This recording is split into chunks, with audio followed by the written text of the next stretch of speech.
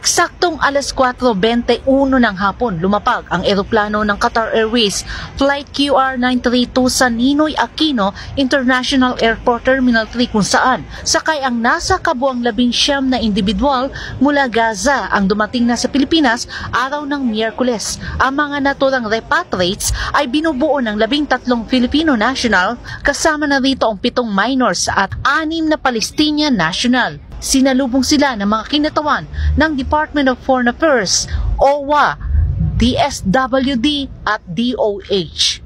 This fourth batch is composed of 13 Filipinos and 6 Palestinian spouses. The previous ones have had 35, 48, and then 20 kahapon. Kabilang si Hermelita, na tubong Camarines Sur ang nakauwi na araw ng Miyerkules. 4 sila na miyembro ng pamilya ang ligtas na dumating sa Pilipinas. Sobrang hirap. Wala na.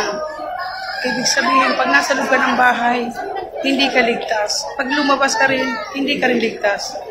So, iyon ang malaki namin pasasalamat na buhay pa kami.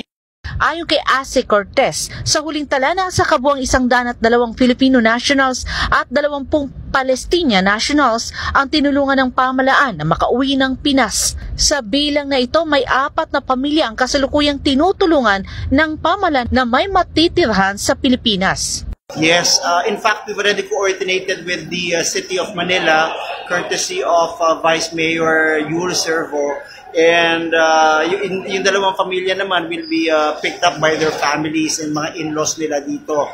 And kahapon nga, as you pointed out, may mga families na wala palang coordinated na matutuluyan nila rito. But we were able to get the assistance of some local government units on this.